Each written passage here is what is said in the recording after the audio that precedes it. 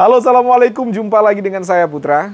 Yang kita tunggu-tunggu dari kemarin udah nyampe di workshopnya Nunas, teman-teman. Ini dia, Impact Driver Cordless yang terbaru dari Dongcheng, tipenya DCPL 165.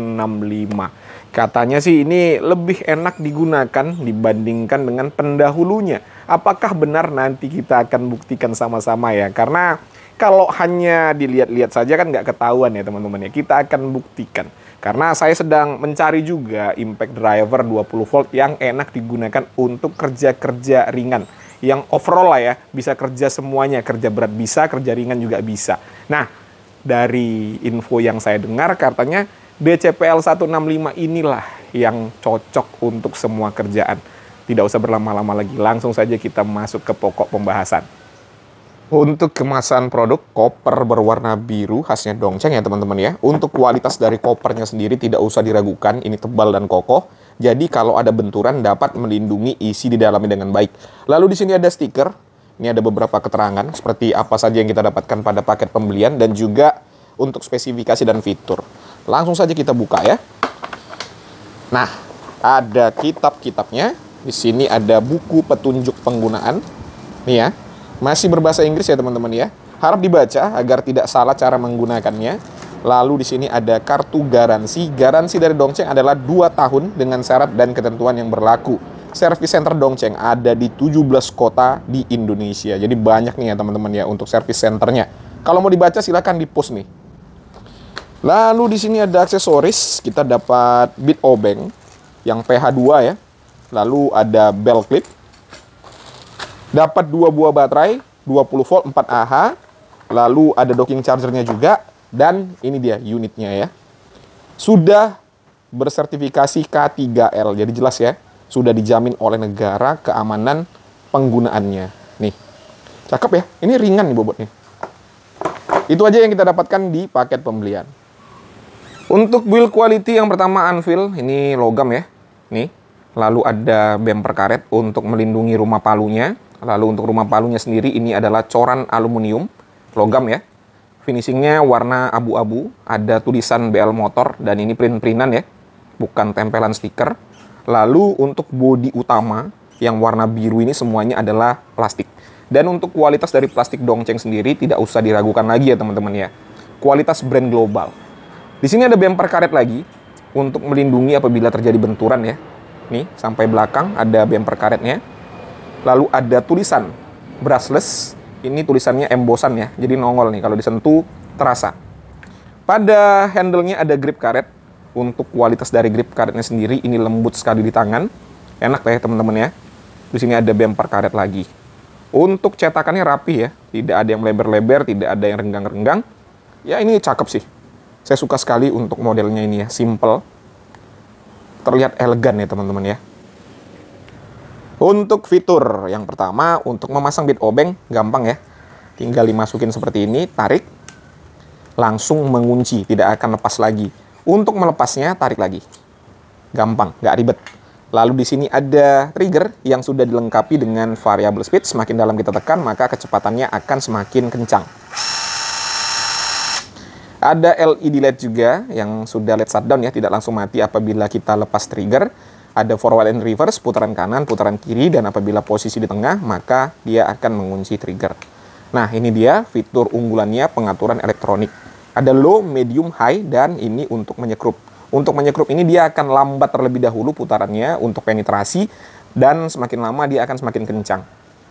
Nah, untuk LMN ini, LMN lagi ya, LMH ya, LMH ini linear ya antara RPM dan torsi yang diberikan. Jadi misalnya nih kita buat di L ya, di low, dia putarnya akan lamban dan torsinya yang paling kecil. Nih, kalau kita ubah medium, lebih kencang, torsinya juga yang diberikan lebih besar ya. Lalu high, langsung yang paling kencang. Lalu kalau kita ubah ke mode untuk menyekrup, dia akan lambat terlebih dahulu nih. Semakin lama semakin kencang. Jadi putaran lambatnya itu berfungsi untuk penetrasi agar pada saat kita menyekrup itu ujung sekrupnya tidak kemana-mana ya teman-teman ya. Dan pada baterai ada indikator baterai, lalu bisa juga kita pasangkan belt clip pada bagian sampingnya ya. Mau samping kanan atau samping kiri, tinggal pilih saja sesuai dengan preferensi masing-masing. Untuk spesifikasi yang pertama kita akan melihat berapa output yang dihasilkan oleh chargeran. Sudah saya colokin ya teman-teman ya. Menyala. Kita langsung colokin baterai. Nah, ini kalau terjadi seperti ini, kalian jangan panik. Ini tidak mengecas ya teman-teman ya. Jadi harus dilepas lagi. Ini karena tidak pas. Slotnya ini tidak pas. Jadi dia berkedip seperti itu. Kita harus paskan. Nah, warna merah seperti ini nih. Ini berarti sudah pas, berarti dia sudah mengecas. Jadi, kalau berkedip seperti tadi, jangan dibiarkan. Karena ya tidak akan mengecas baterai ya. Sia-sia aja kita buang-buang waktu. Sudah mengecas ya, warna merah. Dan untuk outputnya di angka 43,4 ya. Kita tunggu baterai sampai full. Oh iya, baterainya ini kapasitasnya adalah 4 Ah. Oke, untuk baterai sudah full, lampu indikator sudah berwarna hijau. Untuk mengisi baterai 4 Ah dari 0 sampai dengan full membutuhkan waktu kurang lebih 1 jam 40 menit. Sekarang kita akan menguji RPM-nya. Kita akan set di low terlebih dahulu ya.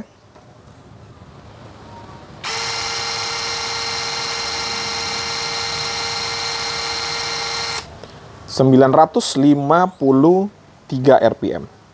Kita ubah ke medium.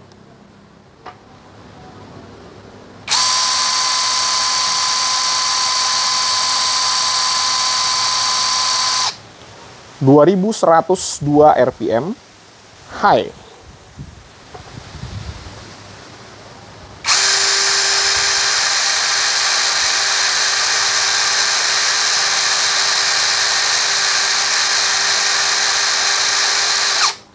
...3280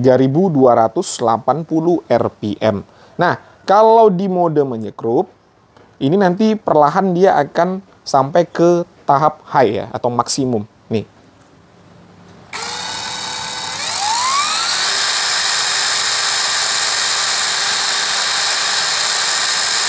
Nih, sama kan ya, di angka 3200-an.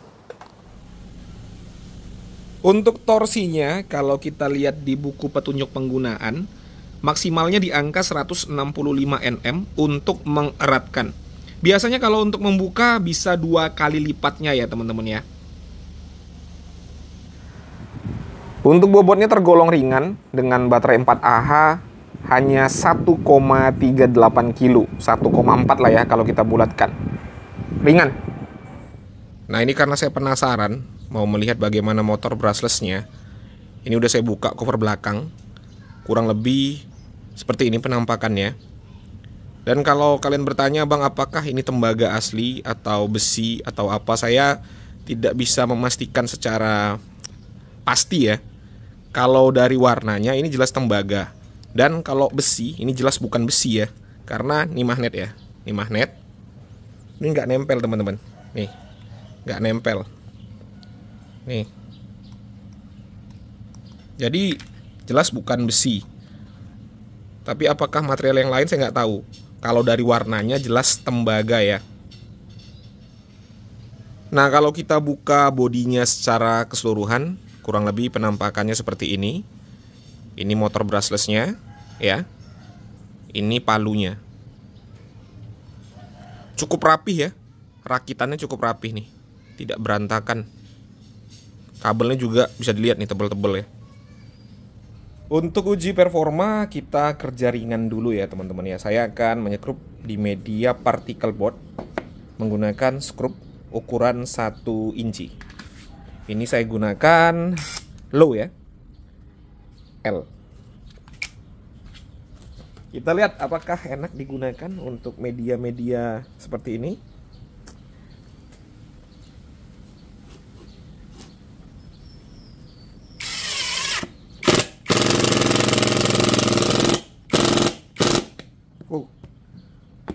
Sudah cukup ya. Jadi menggunakan yang low saja udah oke nih. Nah, masuk ya. Nah, kalau kita pakai medium, bagaimana feels-nya? Lebih cepat ya. Tapi ya hati-hati, kalau medianya itu terlalu lembek, bisa jadi nanti kebablasan. Kalau particle board ini agak lumayan keras ya teman-teman ya. Jadi kalau menggunakan yang medium masih oke menurut saya. Nih. Tapi kalau medianya multiplex, ya hati-hati menggunakannya. Bisa kebablasan, bisa merusak media yang kita sekrup. Sedap. Enak sekali. Nih. Cakep ya. Enak menggunakannya teman-teman. Sekarang kita akan menyekrup pada media kayu meranti, termasuk kayu keras ya teman-teman ya. Nah, untuk sekrupnya ada berbagai macam ukuran di sini. Kita hajar. Saya gunakan medium terlebih dahulu ya. Sekrup dengan ukuran ini 1,5 ya.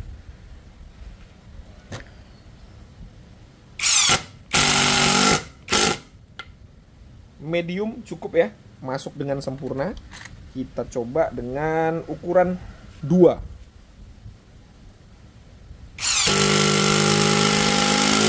Wah, enak sekali. 2 juga oke nih, masuk secara keseluruhan ya. Kita naikkan lagi ukuran 3 inci, masih menggunakan torsi yang medium.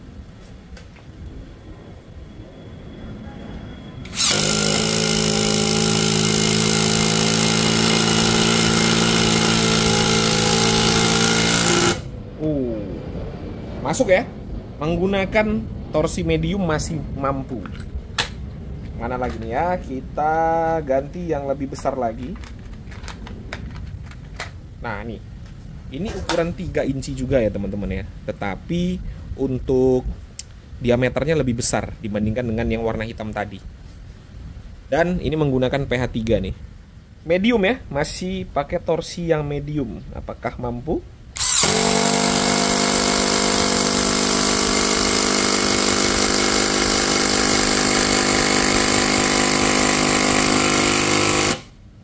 Masih mampu pakai torsi yang medium ya. Ajar sekali lagi lah ya, biar lebih yakin dengan ukuran yang sama.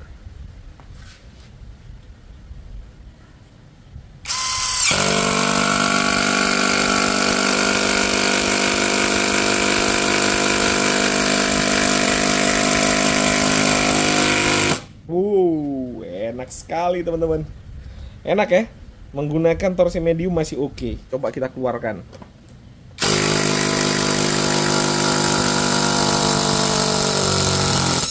Oke, ini panas nih, jadi harus cepat ngangkatnya.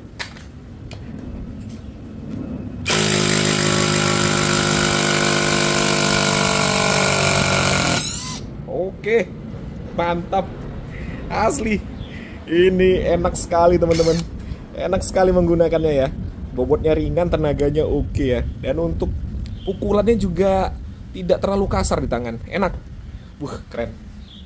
Sekarang kita tambah lagi bebannya menggunakan sekrup dengan panjang 4 inci untuk kepalanya pH 3. Dan di sini saya menggunakan mode autonya atau mode untuk menyekrup.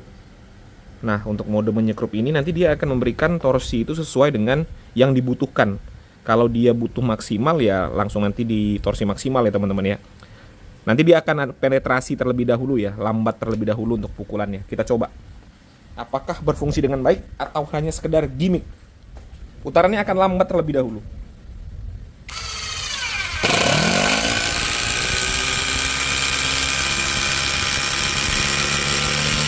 Asik.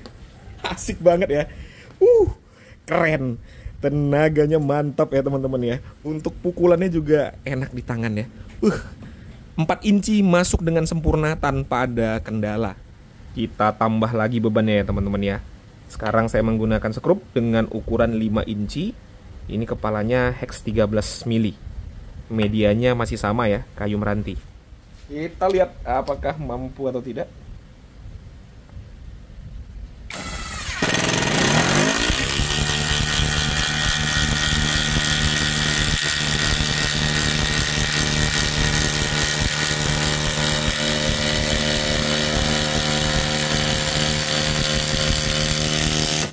Wow, Cakep. Masuk semua ya teman-teman ya. Tadi saya menggunakan mode auto. Kita coba lagi lah ya, biar lebih yakin. Kita ganti modenya langsung yang high atau yang paling tinggi. Keluarkan dulu ya.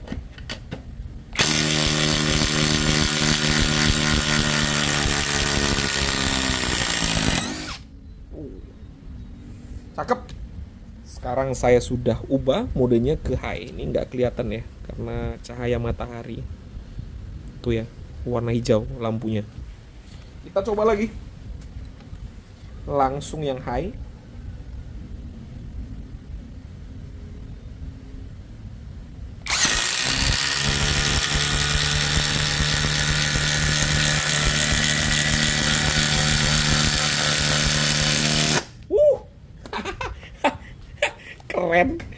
Keren ya teman-teman ya. Enak, torsinya mantap, getaran di tangan juga enak. Jos nih, ini jos nih teman-teman. Recommended, langsung saya simpulkan recommended, oke banget. Masuk secara sempurna ya.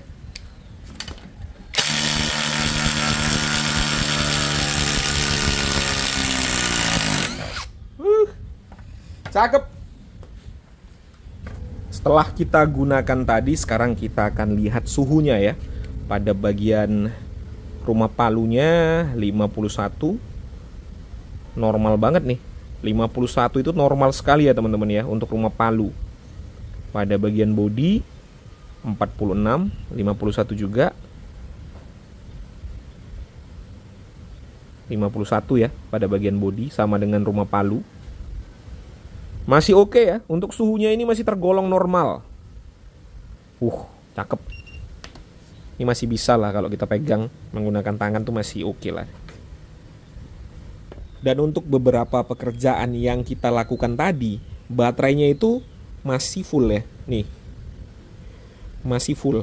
Ya udah terpakai memang, tapi indikatornya masih full. Hanya terpakai tidak sampai 25%. Selanjutnya kita akan menggunakan baut self drilling seperti ini. Ini udah karatan tapi masih bisa digunakan, biar nggak mubazir ya teman-teman ya. Untuk medianya adalah besi dengan ketebalan kurang lebih 3 mm. Lalu kita gunakan torsinya itu yang medium nih. Nah ini nanti kalau enak digunakan di media besi seperti ini, berarti untuk media baja ringan ya lebih enak lagi ya, karena ini lebih tebal dibandingkan dengan baja ringan.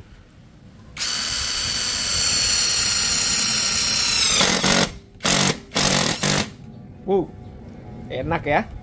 Enak teman-teman.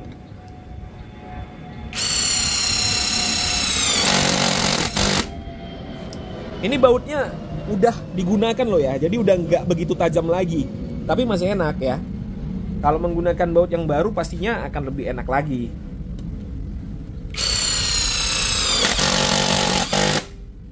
Cakep.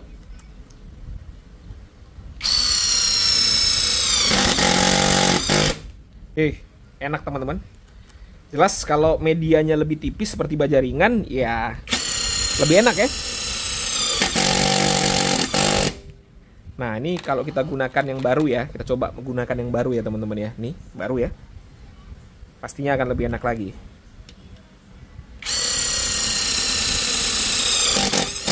Jelas lebih enak. Jadi untuk baja ringan atau kerja-kerja ya medianya besi, kalau kita mau nyekrup seperti ini enak ya, nggak ada masalah juga. Untuk performa, ini pendapat pribadi saya ya teman-teman ya. Setelah saya gunakan tadi, DCPL 165 ini menurut saya enak digunakan untuk kerja berat dan enak juga digunakan untuk kerja ringan. Untuk kerja berat misalnya, tadi saya menyekrup dengan skrup panjang 5 inci dengan diameter yang lumayan besar juga, medianya juga kayu keras. Tidak ada kendala. Feels menggunakannya itu enak ya.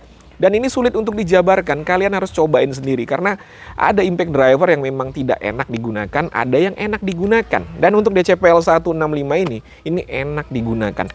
Kalau kalian pernah cobain TD 110-nya Makita, nah Feels menggunakan DCPL 165 itu mirip-mirip seperti menggunakan TD 110-nya Makita. Lembut ya, itu impactnya itu lembut, terasa firm gitu. susah untuk dijabarkan memang teman-teman. Kalian harus cobain sendiri.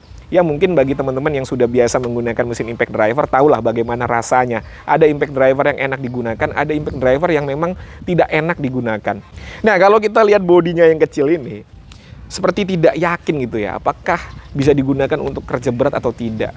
Tetapi setelah digunakan, ya memang oke. Ini kalau kita bandingkan ya bodinya dengan DCPL 208, jauh lebih besar DCPL 208. Ya memang secara spek tertulis juga DCPL 165 ini di bawah dari DCPL 208 ya. Ya kalau saya sih mana yang lebih enak, terus terang ya, kalau untuk kerja saya lebih suka menggunakan DCPL 165 ini dibandingkan dengan DCPL 208. Tapi untuk tenaga memang DCPL 208 lebih gede dibandingkan dengan DCPL 165.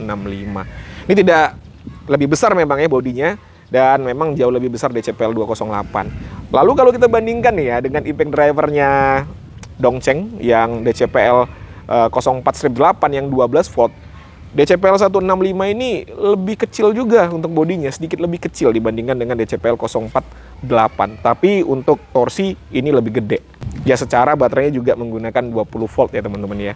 Lalu untuk kerja ringan. Nah bagi teman-teman yang kerja di bidang mebel, saya rasa DCPL 165 ini juga cocok ya. Karena torsinya itu bisa kita atur. Karena kalau kegedean juga torsinya tidak enak digunakan untuk kerja mebel. Apalagi kalau impactnya kasar, itu terasa tidak enak pada saat proses penyekrupan. Ya paham lah ya teman-teman yang biasa menggunakan impact driver untuk kerja mebel pasti paham lah kalau feels menggunakannya itu tidak enak, terasa memang ya teman-teman ya. Lalu untuk kerja baja ringan juga bisa ya, juga enak-enak aja menurut saya untuk kerja baja ringan. Tadi memang kita tidak mencoba di media baja ringan karena tidak ada, saya mencobanya di media besi yang notabene lebih tebal daripada baja ringan. Ya feels menggunakannya juga enak ya, tidak ada kendala sama sekali. Lalu kalau kita ngomongin harga, ini kaget nih saya ya teman-teman ya, paket lengkap 2 baterai 1 charger. Harganya hanya Rp1.075.000. Saya kaget bener-bener. Saya kira tadi harganya akan mendekati DCPL 208 atau bahkan lebih tinggi karena memang feels menggunakannya lebih enak. Ternyata harganya hanya Rp1.075.000 saja. Sangat terjangkau menurut saya ya. Ini luar biasa nih Dongcheng bisa kasih harga segitu. Lalu yang lebih mengagetkan lagi, ini juga ada dijual unit only.